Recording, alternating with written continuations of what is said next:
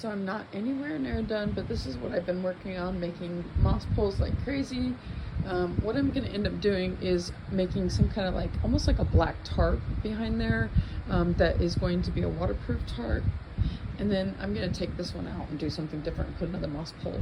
But then I will have basically that black tarp so that I can be able to water the moss poles and also just water in general. So if it gets on the floor, it doesn't matter because I'll have that tarp.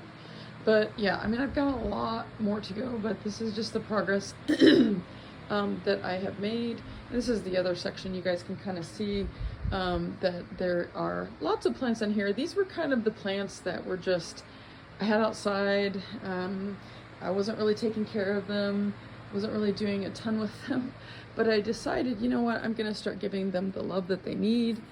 And this one went pretty crazy, this lemon lime ficus. It was really struggling and I put it outside. It was doing much better. I've got a black pagoda, which this one I just recently transplanted, and I may need to try to propagate this. It seems like it's doing okay. I've got a postazanum, that Philodendron postazanum, that I have been rehabbing, and I did a notching technique which brought this leaf here, which is great. I've got Rufibara, Calathea rufibara, I think is how you say it. It's got kind of fuzzy leaves. One thing I don't like about the leaves is sometimes they get super dirty and really a lot of spots. Just showing you back, this is like a Dieffenbachia, or however you want to say it. This is surprisingly one of the first types of plants that I've ever had in my life when I was back in college. Didn't know how to take care of it back then, but I think it's super pretty. They can look really pretty, not so great if you don't really take care of them, but they look absolutely beautiful when you give it what it needs. I've got a angel wing begonia that I've got kind of hooped up here. I've got asparagus fern. This is a giganteum. This is a Philodendron giganteum, or gigantum. This is just basically a cutting of propagation. I have a orange tree here. I think it's orange. It should be an orange, but you can kind of see right there. I've got a big old elephant ear, or a big old colocasia, which that's huge. Doing much better since I brought it in. I've got a pineapple plant. I've got a tiger Boston fern, or a tiger fern, which is really cool. I remember the first time I saw that at Botanical Garden, I thought it was just absolutely beautiful. I've got, this is a Bob C. This is actually a propagation. Oh, I just noticed that there is some scale, which is terrible, so I need to take this. And of course it's doing okay, but sometimes you'll find that, so I'm gonna go ahead and put this to the side. The scale is the devil. And then here's another, I think this is actually a lemon tree. So, and then also I've got another type of, I think you say Dieffenbachia or Dieffenbara, something like that. But you see how pretty the leaves are. I've got a rehab here, Ficus tuniki, which is, I'm rehabbing right now, so it looks pretty terrible, but it'll get there. And then once again, I've got a bunch more, but those are just a few that I just wanted to show you. Actually today, this was the one, this is actually a snow white pothos that I decided, you know what, I really like the look of the leaves. So it looks all funny right now, but the leaves are just so pretty. They're just really pretty. So I thought, you know what, give it some love.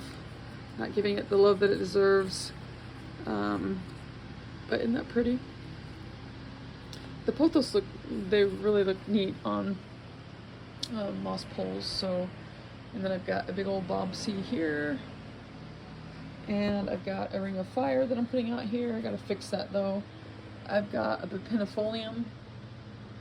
I've got another rubber ficus. I've got any fixed leaves on there. Rhaphidophora tetrasperma. I've got a Swiss cheese plant. I've got a Burro Marx that's kind of all over the place, but you should have seen it before, so it looks 1000% better. I have to basically get this all done up and maybe put on a moss pole, but this is a mixture of different things sitting on. I like to mix it sometimes. And then I've got a golden, what is it? Is it a golden, let me think here. Oh my gosh, I've lost my train of thought here of what this is. This is like a golden dragon, but it was a variegated golden dragon, but then it completely reverted. So I don't know if I'll ever be able to get that back. You see that kind of back there, that's actually light burning, so that's not variegation, but it was really pretty cool, but it reverted very quickly, so I don't think it's one that will go back.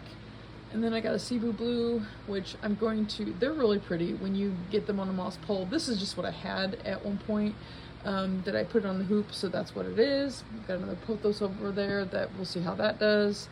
Another Ficus Taniki.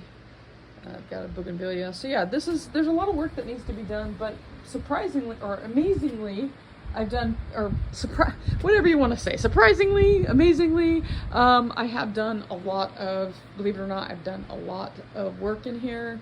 My husband put up these shelves and the lighting as well. We really like the white lights.